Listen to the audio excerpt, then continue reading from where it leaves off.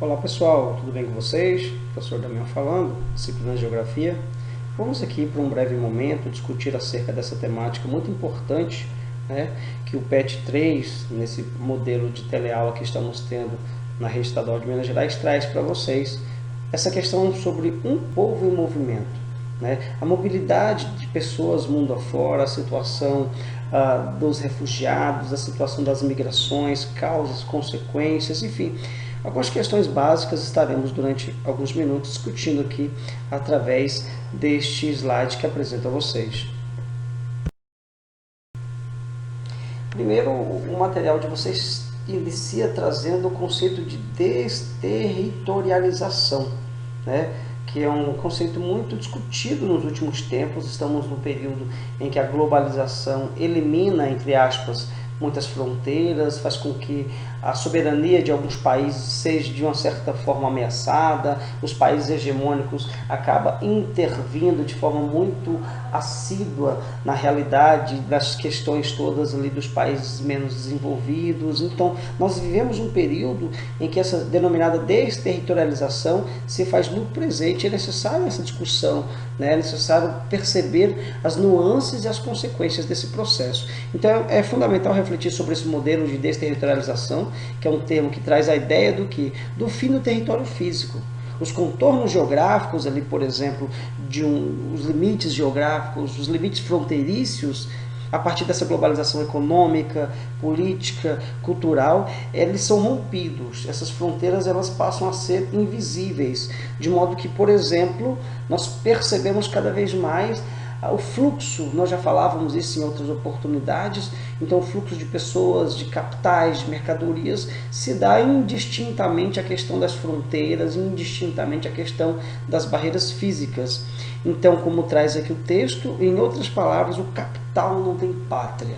A ideia da globalização é justamente internacionalizar o capital, e aí as consequências é a perca da soberania, perca da autonomia nos territórios de muitos países, sobretudo os mais vulneráveis à questão do capitalismo global.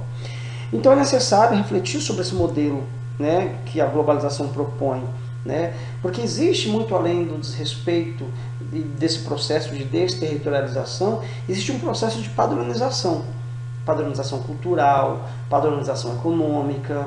Isso quebra ali a questão do vínculo territorial, das características de territorialidade individual ou coletiva dos seres que por ali habitam, dos indivíduos que por ali habitam.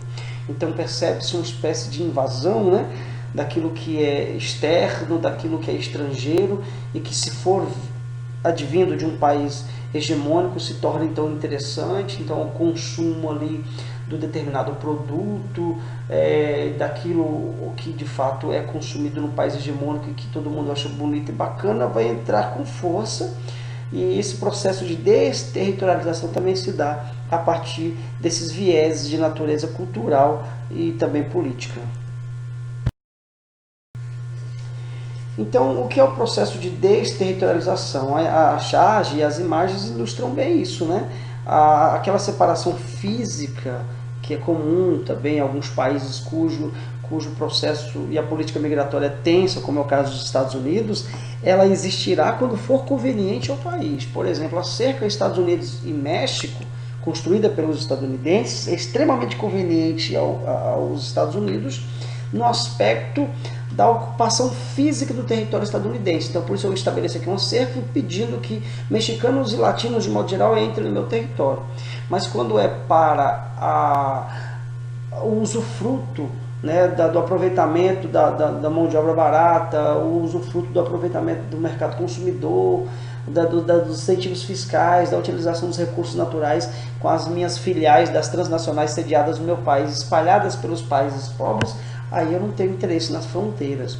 Essas fronteiras deixam de existir. Né? Então, vai muito dessa questão da conveniência. Então, a partir daí se espalha o mundo afora muitos elementos típicos dessa globalização perversa, como diria Milton Santos, né? E aí nós percebemos cada vez mais nações com uma dependência muito grande dessas grandes multinacionais com relação à sua mão de obra e, consequentemente, ao mercado consumidor e assim sucessivamente. Então, a desterritorialização, ela está mediante esses fatores todos que estamos percebendo na imagem. E aí duas imagens, né, que também ilustram bastante essa situação. Percebam aqui uma jovem ambulante, seguramente asiática, né, com o que é típico ali de repente do seu território, do seu país, um país possivelmente ali tropical, suponhamos, que tem na venda, vamos aqui ler a imagem tal como ela está nos sendo mostrada, tem nos produtos tropicais como água de coco uma base comum de hidratação, então é típico, a identidade do lugar é aquele, porém ao lado dessa ambulante que está ali comercializando a sua água de coco, nós temos ali, por exemplo, um refrigerante de marca internacional. Ou seja, percebam, e essa imagem ela diz muita coisa no que diz respeito a essa questão da territorialidade, a invasão do que é estrangeiro, e tem que, mesmo que todo mundo toma, todo mundo gosta, e a empresa, são empresas gigantescas, sobretudo porque são também sediadas num país hegemônico, e de repente tudo é uma grande mistura, e aí a territorialidade se perde nesse sentido. Perde-se um pouco da identidade, perde-se um pouco da essência do que aquele país, enfim, teria. A foto ilustra essa situação, por exemplo, de um fruto tropical, mas poderia ser não somente na questão da alimentação, mas na questão, por exemplo, da produção cinematográfica, na moda, enfim, na música e assim sucessivamente. A outra charge justamente mostra que a ideia desse processo de desterritorialização, de globalização, é padronizar todos os povos, né? Tornando-os iguais. E aí desrespeita-se as questões de natureza cultural, étnica, linguística, até religiosa, etc. Segundo Rogério Heisberg, que é um geógrafo brasileiro muito respeitado nessa discussão de questões territoriais e da chamada desterritorialização, ele fala que existe uma efetiva instabilidade ou fragilização que é fruto dessa desterritorialização, sobretudo nos grupos socialmente mais vulneráveis, mais excluídos, né, que sempre foram segregados. Então, se você já tem um processo profundo de segregação interna e em detrimento das questões de natureza econômica, sobretudo, essas pessoas que já são vulneráveis por natureza se tornam ainda mais vulneráveis diante desse processo de desterritorialização, né? E aí é onde nós vamos ver os embates, é onde nós vamos ver ali a questão da luta pela autonomia, da luta pela soberania, desses povos que sempre foram segregados e que se tornam cada vez mais segregados ainda por estarem diante de uma situação onde um país hegemônico acaba manipulando e explorando o seu país de origem. A gente tem visto isso, por exemplo, no Brasil, temos visto isso nos países da América Latina, se tratando do domínio estadunidense, né? E aí medidas protecionistas no comércio mundial, assim como também medidas tomadas no que diz respeito à defesa nacional, são de uma certa forma muito impactadas, e as consequências chegam na ponta do processo, chegam à população, sobretudo a população mais vulnerável, a população mais pobre, que está sempre no processo de instabilidade. Então, assim, esses excluídos, eles são sempre segregados, né, impossibilitados de construir e exercer um efetivo controle sobre seus territórios. E aqui nós estamos falando dos territórios, não necessariamente do limite físico do país, mas dos territórios, por exemplo, da população da periferia, do chamado gueto, ou dos produtores rurais, daqueles que estão ali sem terra, que querem produzir, plantar, colher. Estamos falando talvez dos indígenas, estamos falando aqui dos negros, estamos falando aqui das mulheres, das denominadas minorias que sempre foram alijadas dos seus direitos por serem literalmente, digamos assim, vulneráveis ao preconceito, vulneráveis ao acesso mínimo do que de fato teria sido direito, né?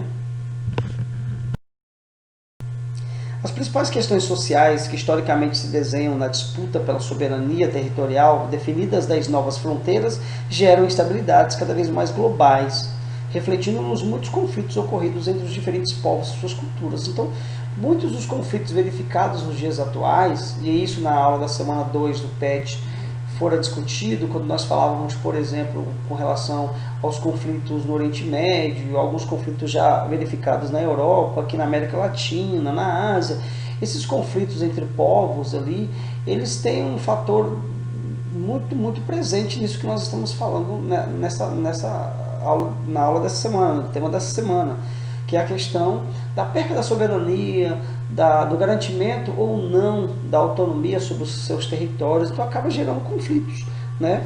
Esses conflitos entre os povos e suas culturas, entre os governos, a gente vê ali uns bombardeios que às vezes extrapolam apenas as defesas nacionais, os exércitos, mas acabam implicando na criação de poderes paralelos, como grupos terroristas ou extremistas, e que, enfim, ganham esses contornos mais problemáticos e lamentáveis, de modo que a gente assiste aí essa situação de atentados terroristas, em detrimento, no final das contas, de quê? Da defesa do território, da luta pela soberania, da insatisfação de algum grupo popular. Então tudo isso são ainda reflexos desse processo de desterritorialização. E aí a gente acaba caindo em uma questão que é fundamental de ser discutida nos dias atuais, a questão da migração e a questão dos refugiados. A gente sabe que migrar, o processo migratório, nós já tratamos sobre isso, é um movimento de pessoas, né? Emigrante é aquele que sai, imigrante é aquele que chega. E existem inúmeras razões para o processo migratório.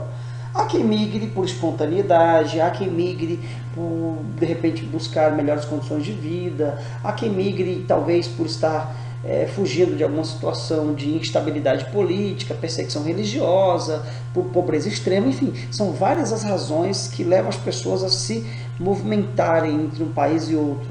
Só para recapitular, a migração interna é aquela exercida dentro do próprio país, e migração externa é aquela onde as pessoas se deslocam de um país para outro. Mas os conceitos de território, fronteira, povo, migração, esses conceitos, entre outros, nos permitem compreender melhor o que é a chamada desterritorialização. Porque o território ele precisa de uma base física, então ele tem que ter fronteira. Geralmente um território ele é ocupado por um povo, então um povo que tem um território, ele pode constituir um estado, mas existem muitos povos que ainda não têm territórios, que reivindicam esse território. Muitos povos, por não terem o seu território, migram, né? E aí saem desesperadoramente, se tornam refugiados. Outros, mesmo tendo o seu território, também migram pela perseguição existente dentro do seu país, né? Todos são fatores desse mundo que hoje, cada vez menores são as fronteiras, ou melhor dizendo, cada vez mais invisíveis são as fronteiras, cada vez mais inexistentes são as fronteiras, e esse fluxo de pessoas é intenso. E aí acaba acontecendo uma troca cultural, mesmo que forçadamente, acabam também submetendo muitas pessoas à situação de violência, à situação de pobreza extrema, talvez até acentua ainda mais o problema que aquela pessoa já traz do seu país de origem, e a gente percebe também uma insensibilidade muito grande por parte de alguns governos, quando, por exemplo, criam políticas de extrema rigorosidade com relação aos migrantes, aos refugiados. Aqui nós podemos pensar nos Estados Unidos, podemos pensar em alguns países europeus como a própria Itália, que dificulta bastante esse processo, entre outros tantos países desenvolvidos que às vezes eliminam toda e qualquer possibilidade de que esse fluxo migratório se dê de forma menos tensa. Boa parte dessas pessoas migram porque não veem outra alternativa a não ser fugir de situações de muita dificuldade em seu país de origem. A foto aqui ilustra, né, situações bem traumáticas, aquelas pessoas amontoadas em um bote ali, em situações muito arriscadas de navegação. Boa parte dessas pessoas atravessam, sobretudo o mar Mediterrâneo, né, que é ali na divisa entre o norte da África e o sul da Europa. Então muitas pessoas saem de alguns países do norte da África ou de alguns países do Oriente Médio e tentam entrar desesperadoramente na Europa, de repente através do sul da Itália ou da Grécia, né? E aí acabam se submetendo a essa situação. Claro que eles são ali também aliciados pelos chamados traficantes de pessoas, né? Que acabam, enfim, cobrando determinado valor para que elas sejam transportadas, mas o risco é iminente. Casos assim de naufrágios e mortes por afogamento são muito, mas muito comuns, né, por conta da situação de insegurança que essas pessoas atravessam as distâncias, outras vai fazendo isso a pé mesmo. A gente viu recentemente uma onda migratória forçada muito intensa dos venezuelanos tentando entrar no Brasil. Sobretudo, além deles terem procurado outros países, o Brasil foi o principal destino. Na fronteira com Roraima, na cidade de Pacaraima, aquela situação de muita pobreza, os venezuelanos, né, sendo alocados aqui no Brasil, mas muitos não tendo muita sorte, tiveram que retornar, ou mesmo aqui tiveram que viver numa situação de pobreza extrema. São fatos dessa situação de mobilidade das pessoas. Então, a mobilidade populacional e os chamados fluxos migratórios têm um papel fundamental na formação socioeconômica do mundo contemporâneo. Então, a mobilidade de pessoas contribui, por exemplo, na troca de questões culturais, a troca de informações, da mesma forma que potencializam uma economia ou outra. Alguns países cuja escassez de mão de obra da população economicamente ativa vem nesses movimentos migratórios uma oportunidade para não ter sua economia prejudicada. Já outros dizem que não, que aquelas pessoas que estão chegando prejudicam aquelas que já vivem no país. Enfim, tem toda essa discussão. Mas o fato é que é necessário se pensar muito seriamente com relação a esses deslocamentos populacionais. É necessário se verificar as causas que levam essas pessoas a migrar e ainda assim tentar ter um olhar de empatia e por parte dos governos tentar ter ali políticas públicas mesmo que visam atender as demandas dessas pessoas que vivem a partir de crises políticas, econômicas, desemprego ou mesmo guerras, né, catástrofes naturais. São N as razões que fazem com que essas pessoas migrem e se desloquem. Aqui o slide traz algumas das principais causas das migrações. Né? Quando a migração ela é fruto de uma questão, digamos assim, desesperadora, de mesmo a pessoa tentar fugir e que se ela não fugir ela vai morrer, nós já temos um conceito que não é necessariamente a migração, que o termo migração lembra algo mais espontâneo, mas quando a pessoa se vê diante dessa situação de extremo risco para a sua própria vida, ele é chamado de refugiado, porque ele está fugindo literalmente, né? De perseguições políticas, de guerras, muitos de questões econômicas, de más condições de vida, de catástrofes naturais e assim sucessivamente. Por exemplo, quando o Haiti foi acometido por aquele terremoto assim, sem precedentes, ali no início fecho de 2011, né? Muitos haitianos tiveram que esparramar-se por muitos países aqui da América do Sul, porque tudo que tinham foi destruído, por exemplo. Né? Mas podemos falar acerca, por exemplo, daqueles que fogem da guerra da Síria, ou aqueles que fogem da pobreza extrema em alguns países africanos, alguns que fogem da situação de perseguição política, como é o caso, talvez, né, de alguns que também saem do Oriente Médio, alguns que fogem de crises econômicas, que é o caso dos venezuelanos, e assim sucessivamente. Vivendo então nessa extrema vulnerabilidade nos seus territórios, os refugiados estão à mercê, né, da sua própria sorte. E às vezes os direitos humanos, a ONU, esses organismos internacionais que deveriam cuidar de toda essa questão, acabam deixando muito a desejar. Então eles infelizmente se veem vulneráveis às decisões políticas de um governo ou outro, sem haver necessariamente a intervenção mais definida, mais estabelecida de organismos internacionais, como por exemplo a ONU, que é um dos organismos que deveria atuar de forma mais concisa, mais contundente nessa situação. Então, em função dessa grave situação a qual eles estão submetidos, eles vivem em intensos temores, porque cruzam cada vez mais as fronteiras internacionais diante de um risco eminente. Desde o risco de um processo no translado até o risco de não serem recebidos no país de origem, no país no país a qual eles pretendem entrar, a violência também policial e também a violência entre os próprios também são verificados. Tudo isso, gente, é fruto de um processo de globalização. Quando a gente fala de globalização, a gente pensa pura e simplesmente na inovação tecnológica, no desenvolvimento de novos meios de transporte e telecomunicações, no encolhimento das fronteiras, mas na verdade isso aqui também são questões traumáticas e resultantes da dita globalização, que Milton Santos já diria muito bem, ser muito perversa. E aí, para encerrar, a charge, né? Qual o ponto de vista dos países desenvolvidos com relação aos refugiados que saem da Síria, que saem da Eritreia, que saem da Nigéria, da Etiópia, que saem da Venezuela, que saem do Haiti, enfim, né? Alguns vê como mão de obra barata para ser explorada, outros se vê com dor de cabeça, criam problemas e aí no caso aqui a visão da União Europeia, alguns países europeus acham aquilo muito difícil de se resolver, quando na verdade com um pouco mais de boa vontade política não seria tão difícil. E países hegemônicos militarmente falando, como os Estados Unidos, pensam logo em conflito. Já pensa logo em conflito porque aquilo vai potencializar uma indústria que para aquele país é bilionária, que é a indústria bélica, né? Então são as nuances desses povos que vivem em movimento mundo afora. Espero ter contribuído ainda aqui brevemente com algumas discussões dentro dessa temática proposta pela semana 3 do PET 3 para vocês que são alunos da Rede Estadual de Minas Gerais.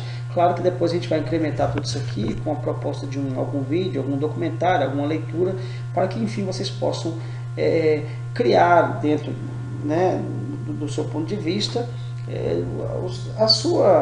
a tua ideia dentro desse tema e assim aprofundar um pouco mais os conhecimentos. Agradeço pelo carinho, pela paciência e até a próxima aula.